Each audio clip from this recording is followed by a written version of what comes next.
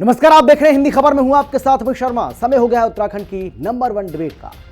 कांग्रेस के प्रदेश उपाध्यक्ष सूर्यकांत धस्माना ने राज्य निर्वाचन आयोग को प्रदेश सरकार का दलाल बताया है।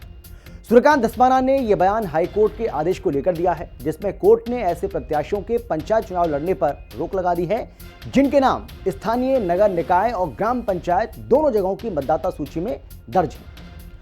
कांग्रेस प्रदेश उपाध्यक्ष के बयान पर बीजेपी ने तीखी प्रतिक्रिया देते हुए कहा है कि कांग्रेस के नेता अब लोकतंत्र और भाषा की मर्यादा को तार-तार कर रहे हैं, भाषा की मर्यादा को भूल चुके हैं। चर्चा करेंगे, लेकिन पहले एक रिपोर्ट आपको दिखाते हैं, देखिए। राज्य निर्वाचन आयोग है सरकार का दलाल, सूर्यकांत धस्माना के बयान पर मचा बवाल।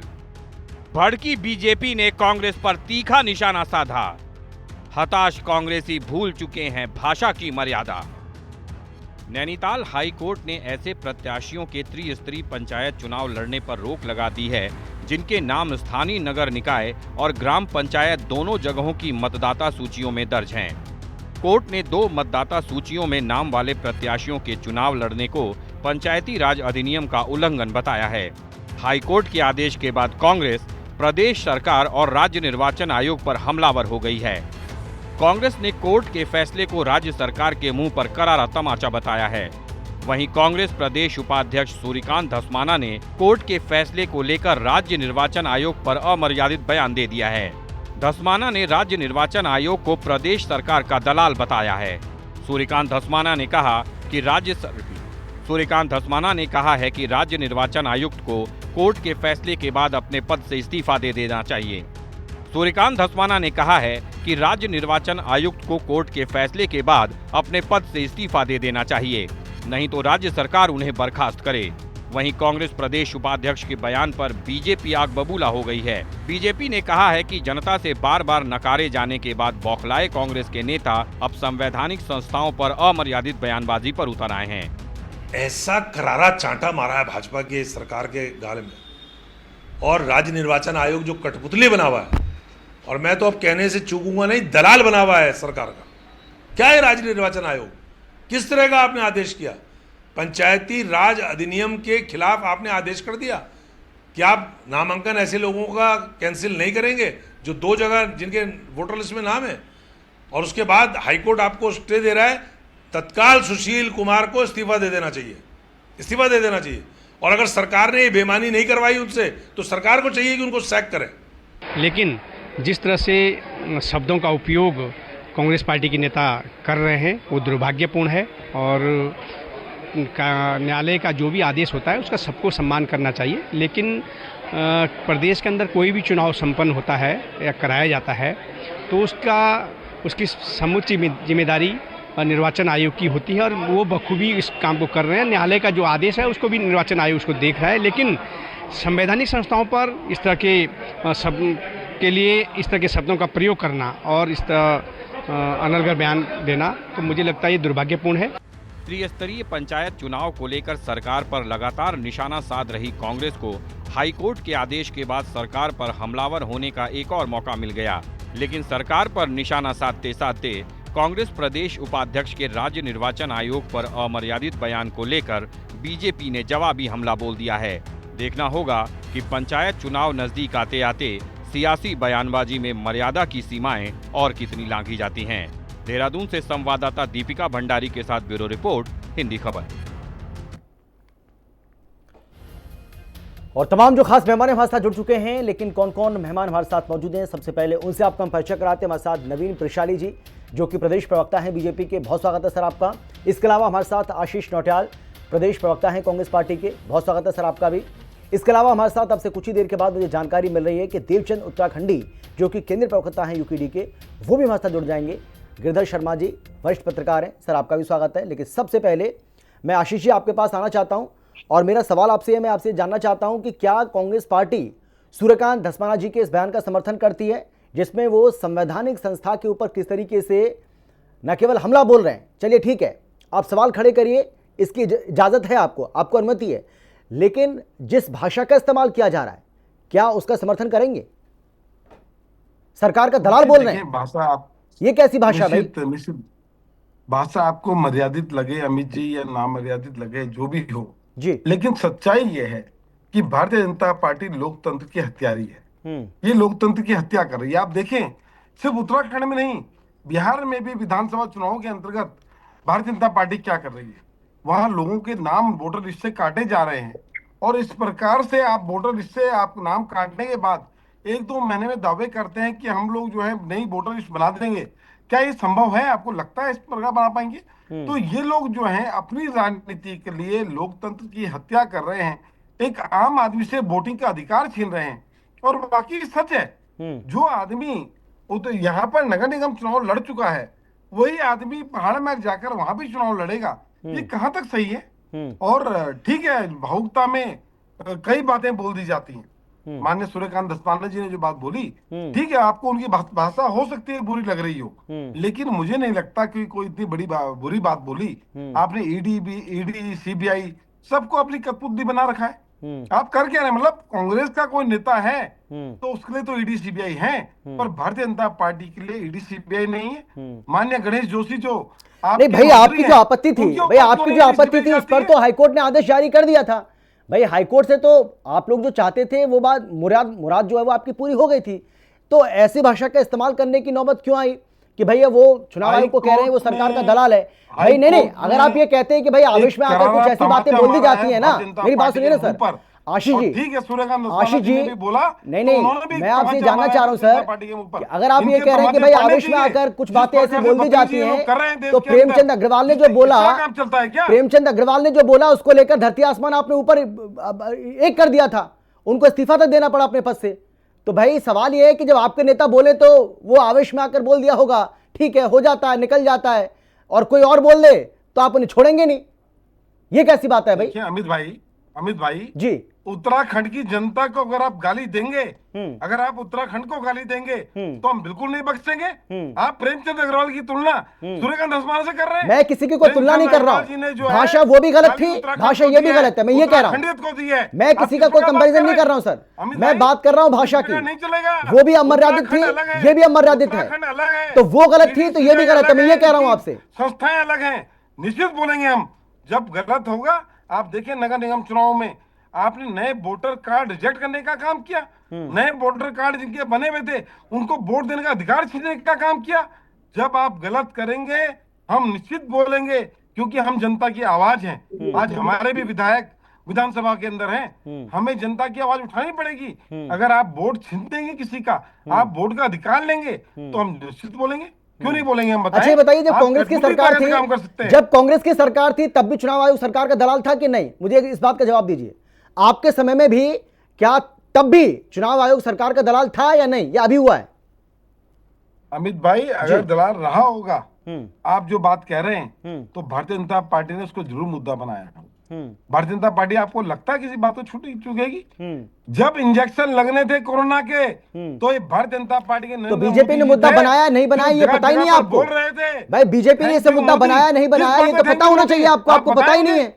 किस बात का थैंक यू मोदी आपने बोला? और जब इंजेक्शन गलत साबित हो गया तो आपने फोटो हटाने का काम किया। निश्चित बोलेंगे, हम विपक्ष हैं, और जब सब सरकार गलत काम करेगी हम निश्चित बोलेंगे, क्योंकि हम जनता की आवाज हैं। विपक्ष हमेशा जनता के लेकिन साथ वही जनता ये भी देख रही है कि आप चुनाव जैसी संवैधानिक संस्था के लिए किस तरह के शब्दों का इस्तेमाल कर रहे हैं, आप उसको सरकार का दलाल बता रहे हैं। तो जनता ये भी तो देख रही है ना कि आपके नेता कैसी अमर्यादित भाषा का इस्तेमाल कर रहे हैं। मैं लौटूंगा आपके पास। ये अमर्यादित नहीं है जी, अमर्यादित भाषा। ठीक है, मैं समझ गया, इसका समर्थन कर रहे हैं आप। खंडियों को आप कह रहे हैं सूर्यकांत धस्माना ने जो कहा वो ठीक है, बोला था वो अमर्यादित थी। ये अमर्यादित कहां से हो गई? आपने कोई बात नहीं, आपने इस बात को बोला। अगर मैंने ठीक है, नवीन जी सवाल ये है मेरा आपसे भाई, ठीक है, सूर्यकांत धस्माना की भाषा अमर्यादित हो सकती है, उनके शब्दों का चयन, उनकी जो भाषा है वो गलत हो सकती है, लेकिन इरादा तो ठीक था ना भाई। जो वो सवाल खड़ा कर रहे हैं, हाईकोर्ट ने जो आदेश दिया उसी को लेकर अपनी बात वो रख रहे थे। वो बात अलग है कि वो उस बारे में कुछ और कह बैठे, तो भाषा उनकी ठीक है, गलत है, लेकिन इरादा तो ठीक था ना। गलत क्या कह रहे थे वो? मैं आता हूं सर, आशीष जी मैं लौटूंगा आपके पास। आशीष जी प्लीज, नवीन जी को सुनिए, अब नवीन जी को सुनिए, आपके बीच में कोई नहीं बोला सर। कांग्रेस उपाध्यक्ष का ये बयान अमर्यादित और दुर्भाग्यपूर्ण है और ये कांग्रेस की मानसिकता को उजागर करता है। और कांग्रेस ने कोई भी ऐसी संवैधानिक संस्था इस देश की नहीं छोड़ी है जिसके लिए इस प्रकार के शब्द ना कहे हों। इनकी ये फितरत है कांग्रेस की, और उसका कारण साफ है कि जिस प्रकार से कांग्रेस को जनता द्वारा नकार दिया गया है, उनको नकारे जाने के बाद बौखलाहट में कांग्रेसी नेता ऐसे बयान देते हैं और अक्सर उनकी बौखलाहट दिखती है, ये अमर्यादित बयानबाजी करते हैं। ये जो है संवैधानिक संस्थाओं को, कांग्रेस संवैधानिक संस्थाओं को, इस देश की संवैधानिक संस्थाओं को कलंकित करने का एक प्रयास कर रही है, जो बहुत ही दुर्भाग्यपूर्ण है। और शायद यह हो सकता है इनको अपने समय का याद आ रहा होगा जब ये कभी इन संस्थाओं को ये समझते होंगे। लेकिन आज जब भारतीय जनता पार्टी निर्वाचन आयोग की स्वतंत्रता का सम्मान करती है और न्यायपालिकाओं के निर्णयों का सम्मान करती है, तो मैं समझता हूं कि इस प्रकार की अभद्र भाषा किसी भी पार्टी द्वारा करा जाना इस देश की संवैधानिक संस्थाओं को कलंकित करने का काम किया है। तो मैं निश्चित तौर पर यह समझता हूं कि ऐसी अमर्यादित भाषा के लिए कांग्रेस को एक्शन लेना चाहिए और ऐसे नेताओं पर एक्शन होना चाहिए, क्योंकि कांग्रेस वो पार्टी है जब कभी कोई किसी की थोड़ा सा भी स्लिप टंग होती है तो ये आसमान सर पर उठाते हैं, और जब इनके अंदर इनके नेता अमर्यादित होकर बात करते हैं, सिर्फ फुटबॉल करते हैं, तो इनके लिए कोई भी मर्यादा नहीं है। तो मैं समझता हूं कि कांग्रेस को जनता द्वारा नकार दिया गया है। लेकिन नवीन जी मौका कौन दे रहा है? लेकिन इनको नवीन जी मौका कौन दे रहा है ये भी तो आपको देखना पड़ेगा ना भाई। आप ये देखिए ना कि कोई भी फैसला लिया जा रहा है उस पर अदालत को आपत्ति जतानी पड़ती है, उस पर फैसला देना पड़ता है। मैं 2-3 मामले आपको गिना सकता हूं, आप भी जानते हैं, मुझसे क्यों कहलवा रहे हैं। तो सर मौका तो आप ही लोग दे रहे हैं ना कांग्रेस पार्टी को बोलने का।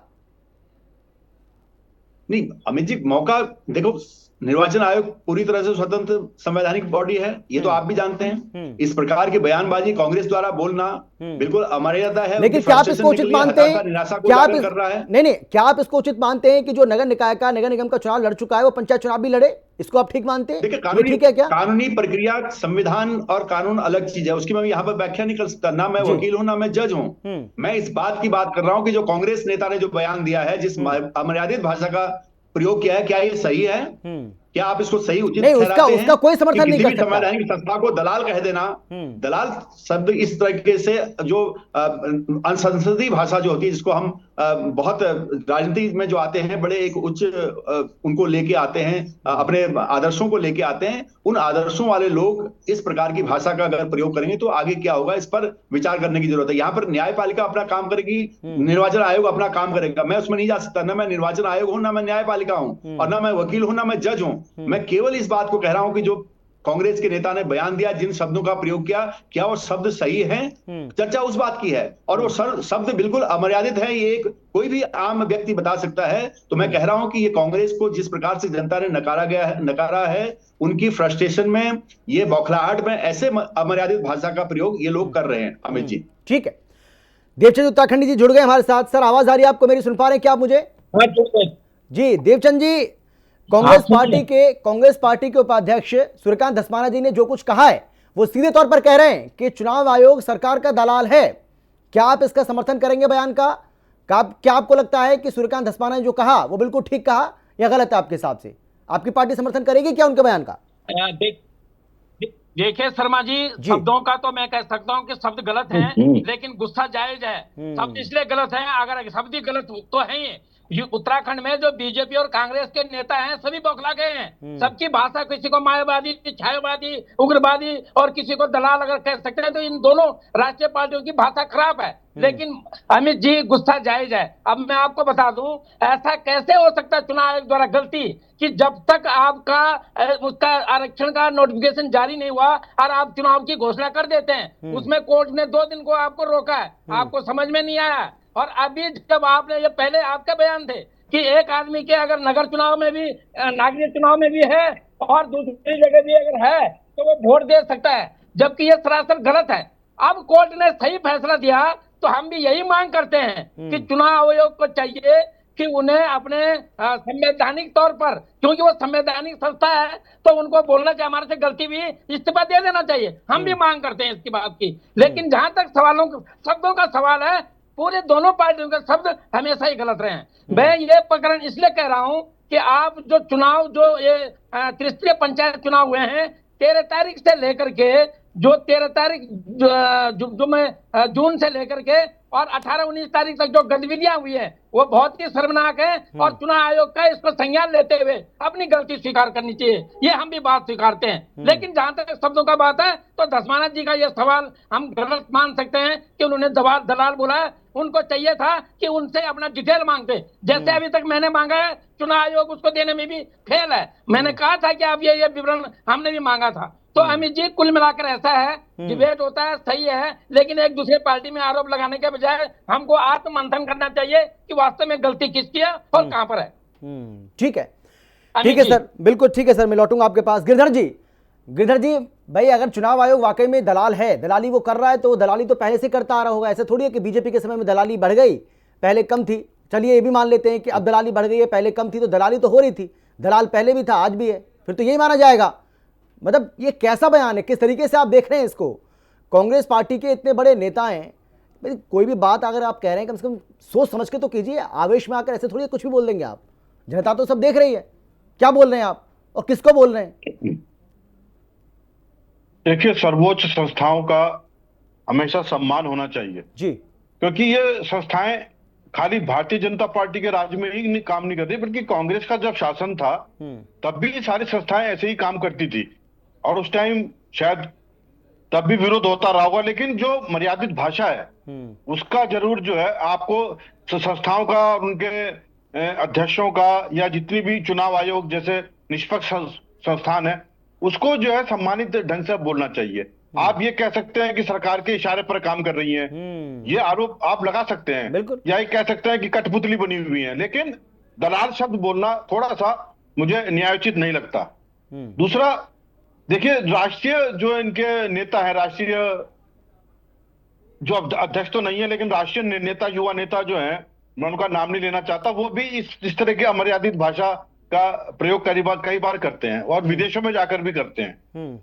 और वो लोग इस टाइप की भाषा को शायद बोलकर अपने को हाईलाइट करना चाहते हैं मीडिया में।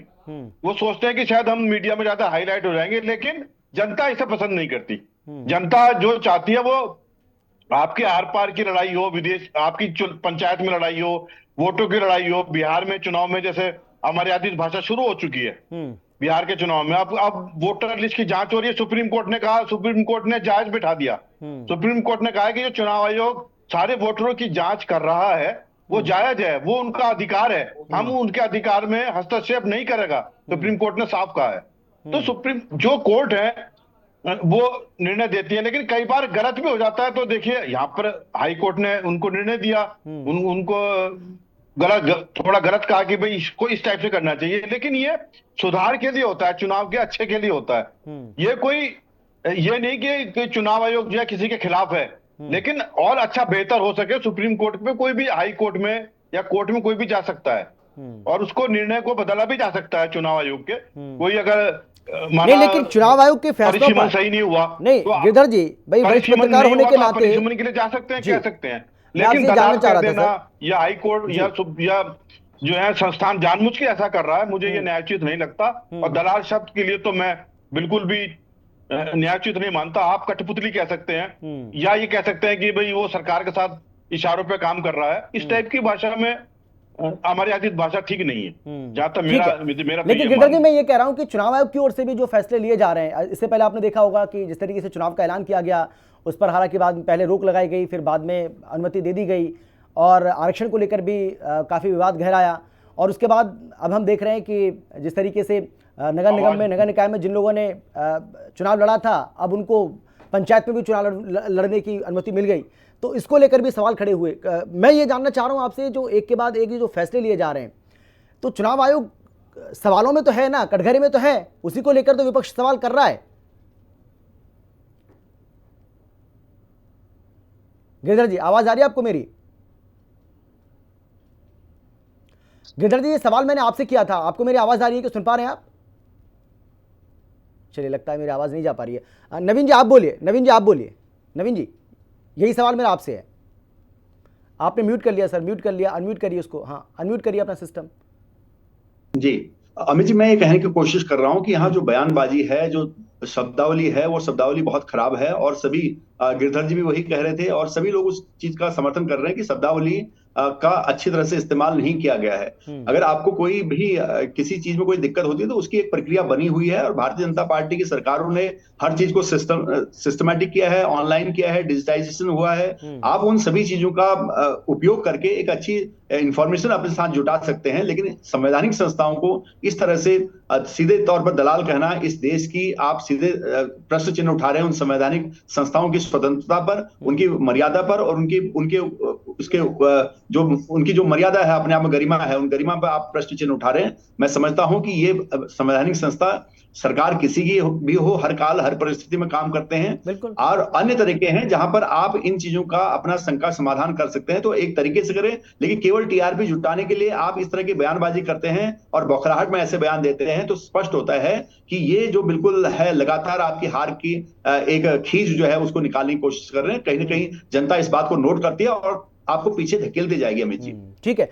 आशीष जी, उम्मीद करें कि आने वाले समय में सूर्यकांत धस्माना जी, हो सकता है जो कि आप भी कह रहे थे कि भाई आवेश में आकर, गुस्से में आकर बोल दिया जाता है, तो क्या ये माने कि आवेश में आकर, गुस्से में आकर जो बयान उन्होंने दिया है उस पर वो माफी मांगेंगे, उस पर वो प्रायश्चित करेंगे, पछतावा होगा उनको?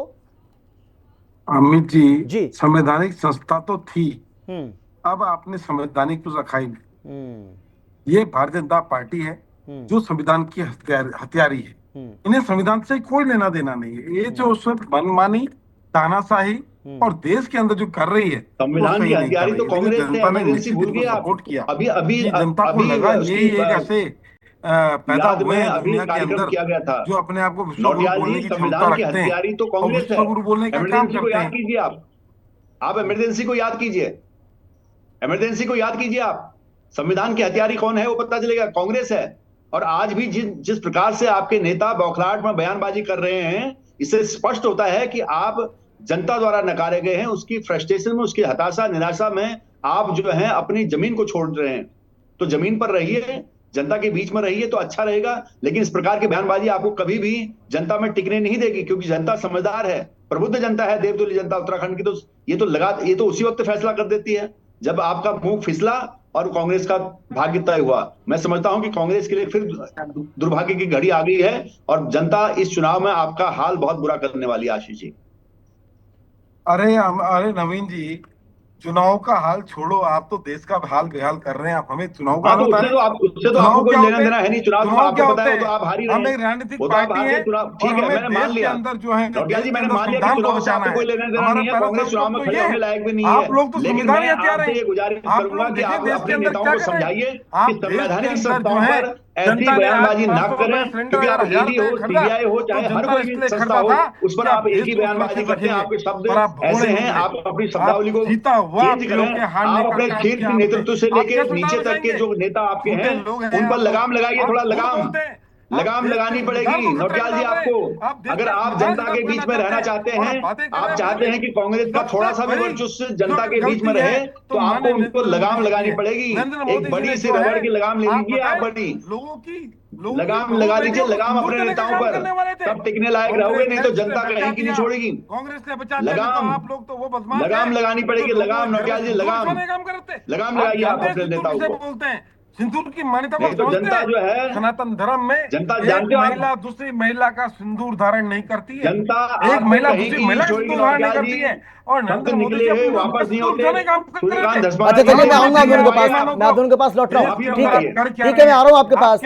ठीक है देवचंद जी, मैं ये कह रहा हूँ कि अगर आप सूर्यकांत धस्माना के इस बयान का समर्थन नहीं करते, हालांकि आप कह रहे हैं कि भाई उनकी भावनाएं ठीक थी लेकिन शब्द गलत थे, तो क्या आपकी पार्टी ये मांग करेगी कि सूर्यकांत धस्माना जो है वो अपने इस बयान के लिए माफी मांगे चुनाव आयोग से?